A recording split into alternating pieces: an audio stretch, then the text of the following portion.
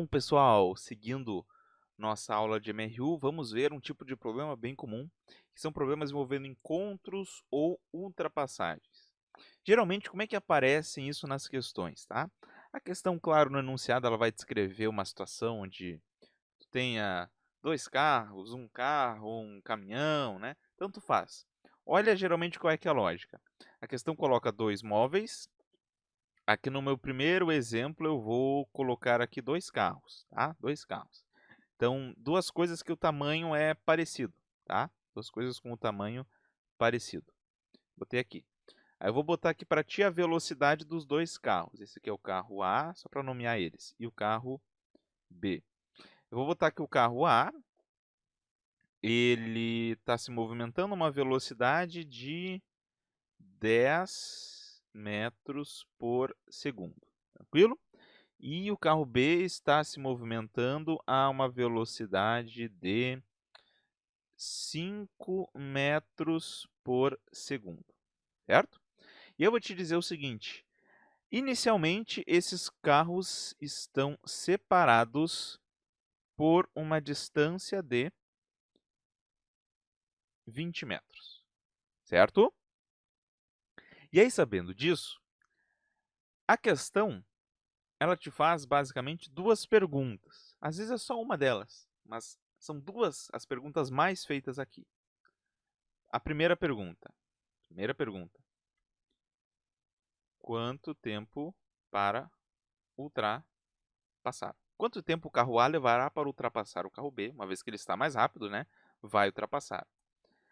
A segunda pergunta, qual a posição da ultrapassagem? Ou seja, aonde estarão os carros? Aonde estarão os carros quando o carro A ultrapassar o carro B, certo? Bom, vamos tentar resolver este probleminha aqui, certo? Então vem com o soro, vem com o soro. Bom, claro que a questão ela vai definir isso para ti, senão tu define, mas a gente tem que definir onde é que está a origem do nosso referencial. Sempre é importante nós definirmos o nosso referencial antes de resolvermos o problema. Então eu vou definir que a minha posição zero, ó, vou desenhar aqui em cima o referencial, tá? Este aqui é o meu referencial, ele cresce para a direita, tá? E eu vou definir a minha posição zero como sendo a posição aonde o carrinho A começa o seu movimento. Perfeito? Aqui é o meu zero. Isso é importante. E a partir disso vai existir um mecanismo para tu resolver o problema. Olha qual vai ser o mecanismo para resolver o problema. Nota que eu vou te dar o mecanismo, o raciocínio por trás disso, e aí depois eu vou resolver este exemplo contigo. Vamos lá, vamos resolver a primeira. Mecanismo. O que eu tenho que fazer? Olha o passo a passo. Primeira coisa, escrever a função horária dos móveis. Eu pego a função horária da posição, tanto do A quanto do B, e eu escrevo a função horária da posição dos dois móveis. Vamos lá, para o A, SA, função horária da posição do A. Como é que vai ser a função horária da posição do A? Zero. Por que zero? Porque ele começa na posição zero, mais 10t, certo? Zero mais 10t. E eu faço a mesma coisa para o B. Só que toma cuidado. Pelo referencial que eu defini, a posição inicial do B será qual? Olha bem, a distância que separa eles inicialmente. 20. Então, 20 mais 5, que é a velocidade de B, vezes t. Por isso que é importante tu definir o referencial. Entendeu? Porque dependendo do referencial que eu escolhesse, esses valores mudariam. Apesar do resultado final ser o mesmo, independente do referencial que eu escolha. Mas é importante tu escolher o referencial para que tu tenha os valores certinhos de posição inicial e de velocidade. Nota uma coisa interessante. Eu poderia, não teria problema nenhum, escolher um referencial assim. Um referencial que crescesse para a esquerda. Não teria problema nenhum. O que mudaria? Os valores das velocidades seriam negativos, certo? Mas isso não está proibido. Tá, beleza, Sori, escolhi agora o referencial e botei a função das posições. O que eu faço agora? Vai fazer o seguinte, ó. O que acontece no momento em que os dois se encontram para a ultrapassagem? O que acontece? A posição dos dois não é a mesma? Sim, é a mesma. Então, tu vai fazer isso. Igualar as posições e encontrar quanto tempo eles levam para se encontrar. Tranquilo? Isso que tu vai fazer agora. Igualar as posições e ver quanto tempo eles levam para se encontrar. Faz a continha com o Sori, então. Vamos fazer aqui. SA é igual a SB.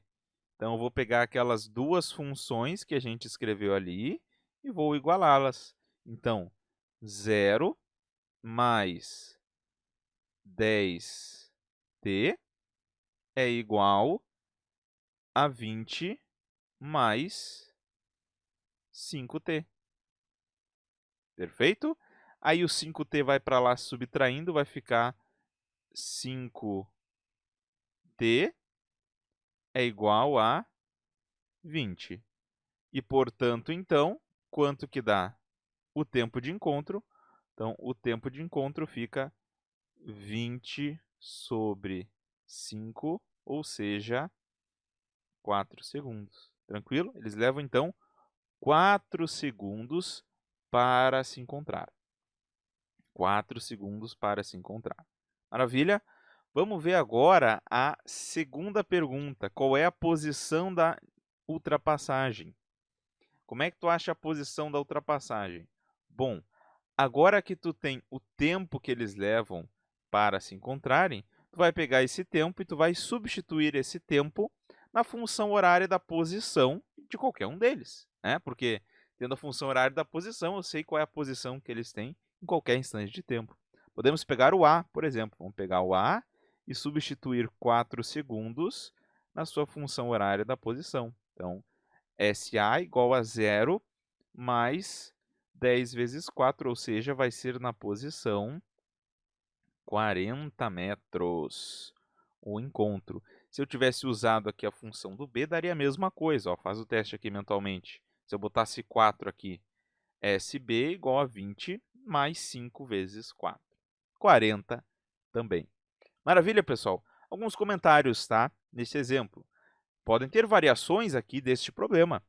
Tá? Por exemplo, eu posso ter, ao invés disso, o B indo para a esquerda e o A para a direita, né? Ele se aproximando dessa forma aqui. Resolveria o problema da mesma forma. Mudaria só daí o sinal da velocidade de um dos caras. Porque um está para um lado, outro está para o outro. Só isso que mudaria. Mas o mecanismo em si é o mesmo. Ou também poderia acontecer de um deles ter tamanho. Pode acontecer de um deles ter tamanho. Por exemplo, ser um carro e um trem. Aí, como é que tu resolveria se fosse um carro e um trem? A questão, ela te dá o tamanho do trem. Esse é o tipo de questão mais comum. Ela te dá o tamanho do trem. Sei lá, o trem tem um comprimento de 100 metros. 100 metros. Ok?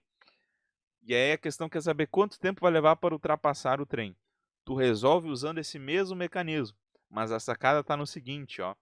Ao invés de a questão te dar a distância entre os móveis, o que vai fazer o papel da distância entre os móveis é o tamanho do trem. E aí tu vai jogar o tamanho do trem aqui. Mas o mecanismo é sempre o mesmo. Uma última dica que eu te dou, e isso tu não ouve em qualquer lugar, hein? Olha só. Vocês talvez vejam algumas outras videoaulas a questão de velocidade relativa.